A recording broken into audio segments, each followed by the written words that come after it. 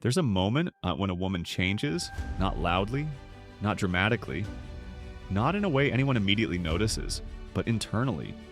Something shifts. She stops explaining, stops chasing, stops reacting the way she used to. And the strangest part? People call her cold, heartless, even ruthless. But what if that shift isn't cruelty? What if it's the result of something far more psychological and far more irreversible? Because according to Carl Jung, there comes a point in human development where a person no longer lives for approval, but for truth. And for the Sigma female, that point changes everything. The word ruthless is often misunderstood. It sounds aggressive, cold, detached from empathy. But psychologically, ruthlessness doesn't always mean harming others. Sometimes it means no longer abandoning yourself. The Sigma female doesn't wake up one day and decide to become this way. This isn't a personality choice, it's the result of accumulated awareness. Layer by layer, experience by experience, illusion by illusion breaking apart. Until one day, she reaches what we can call the final shift. A point where her behavior no longer aligns with what people expect from her, but with what she knows to be real. Before the shift, there is a phase most people never see. A phase of internal conflict. The Sigma female wasn't always detached. She once trusted easily, gave second chances, tried to understand everyone she believed effort would be reciprocated. That honesty would be valued, that loyalty would be returned. But over time, patterns begin to emerge. People say one thing, but do another. They promise, but don't follow through. They connect, but only when it benefits them. And this creates a fracture in perception, because now she sees two realities, what people present and what they actually are.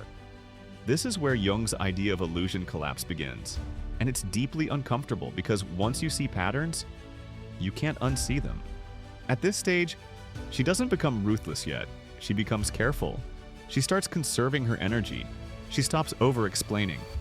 She listens more than she speaks. Not because she has nothing to say, but because she's observing, she's studying behavior. She's asking herself, who is consistent? Who disappears when it's inconvenient? Who only shows up when they need something? And slowly, something changes. Her emotional investment becomes selective. She no longer gives fully to everyone, only to those who prove themselves, and even then, with caution. This is often mistaken as distance, but in reality, it's discernment. Then comes the moment that triggers everything. The breaking point. It's not always dramatic, sometimes it's subtle.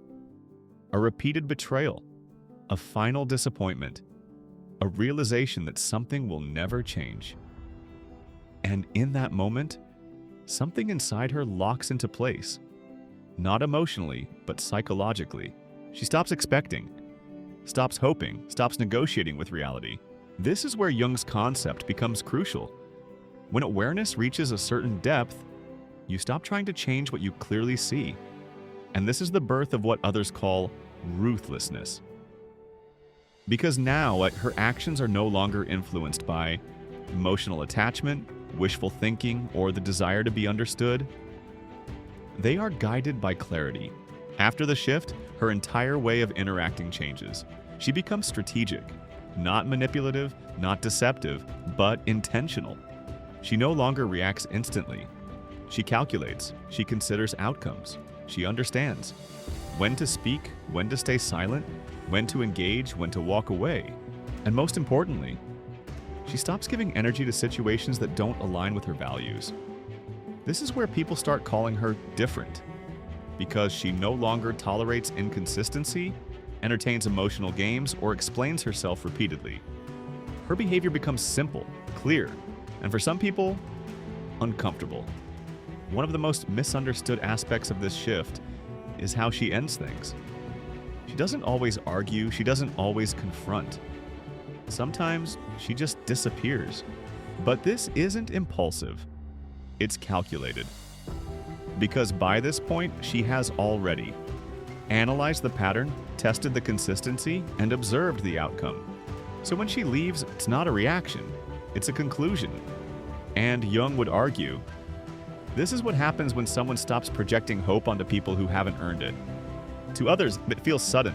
To her, it was inevitable.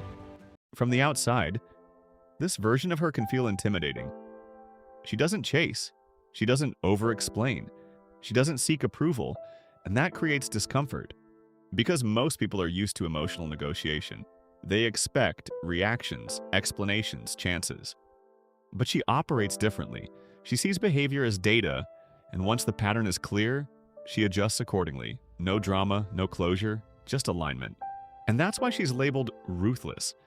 Not because she lacks empathy, but because she no longer sacrifices herself to maintain connections that don't serve her. But this shift isn't easy, and it isn't painless, because with clarity comes distance. She may feel disconnected from others, less interested in superficial relationships, more selective than ever before. She may struggle to find people who meet her at the same level of awareness. And sometimes, that means walking alone. Not because she wants to, but because she refuses to settle. The Sigma female's final shift isn't about becoming cold. It's about becoming clear. Clear about people, clear about patterns, clear about herself. And once that clarity is reached, there's no going back. Because you can't unknow what you know. You can't unsee what you've seen, and you can't keep playing roles that no longer feel real. So what others call ruthless is often just this: a woman who finally chose truth over illusion. And once that happens, she doesn't chase, beg, or explain anymore. She simply moves on, silently, decisively, and permanently.